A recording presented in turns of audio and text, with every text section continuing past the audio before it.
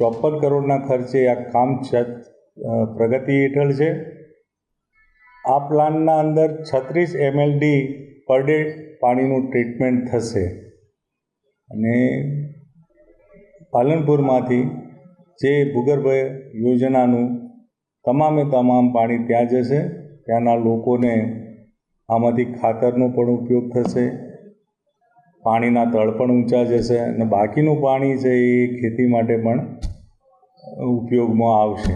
ભૂગર્ભ ટાંકીમાં માલણ દરવાજા, મીરા દરવાજા, હનુમાન ટેકરી, ટેકનિકલ હાઈસ્કૂલ, વીઆઈપી સોસાયટી અને ઉપાસના વિદ્યાલય અને માન્ય અધ્યક્ષશ્રી જે ઊંચી ટાંકીની વાત છે એમાં માલણ દરવાજા આપણે બનાવીએ છીએ ટેકનિકલ હાઈસ્કૂલ આગળ, વીઆઈપી સોસાયટી, ગઠામણ અને ઉપાસના વિદ્યાલય ખાતે। આ ઉપરાંત માન્ય અધ્યક્ષશ્રી pumping machinery, pump house, compound wall અને ઘરના જોડાણ લગભગ 25,000 જેટલા જેવા ઘટકોનો પણ આપણે સમાવેશ કર્યો છે માન્ય અધ્યક્ષશ્રી।